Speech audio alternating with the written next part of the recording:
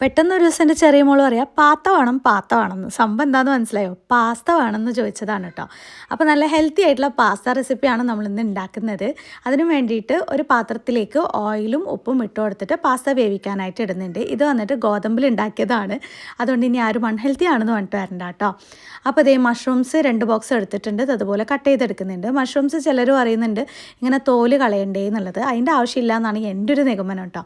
ഒരു പാത്രത്തിലേക്ക് ബട്ടർ ഇട്ട് കൊടുത്തിട്ട് മഷ്റൂം, പെപ്പർ, ആവശ്യത്തിന് ഉപ്പും കൂടി ഇട്ട് കൊടുത്ത് നന്നായിട്ടൊന്ന് വഴറ്റിയെടുക്കുന്നുണ്ട്. ഇത് ഫസ്റ്റ് നമ്മൾ ഉണ്ടാക്കുന്നത് മഷ്റൂമിൻ്റെ ഒരു വൈറ്റ് ക്രീം സോസാണ് കേട്ടോ. അതിലേക്ക് ക്യാപ്സിക്കം ഉണ്ടായിരുന്നു, അതും കൂടി ഇട്ട് കൊടുക്കുന്നുണ്ട്. വേണമെന്ന് യാതൊരു നിർബന്ധവും. ഇനി കുറച്ച് പാലക് ചീരയാണ് ഇത്, ഇതുപോലെ കട്ട് ചെയ്ത് ഇട്ട് കൊടുക്കുക. അതിന് മുമ്പായിട്ട് കുറച്ച് പുതിന ലീവ്സും കൂടി ഇട്ട് കൊടുക്കുന്നുണ്ട് കേട്ടോ.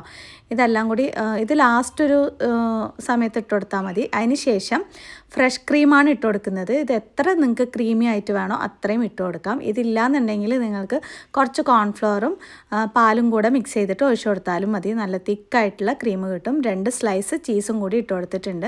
അപ്പോഴേക്കും നമ്മുടെ പാസ്ത നന്നായിട്ട് വെന്ത് വന്നിട്ടുണ്ട്. ഇതിലേക്ക് ഇട്ട് കൊടുത്തിട്ട് നന്നായിട്ട് ഇളക്കി എടുത്തു കഴിഞ്ഞാൽ നമ്മുടെ പാസ്ത റെഡി ആയിട്ടുണ്ട്.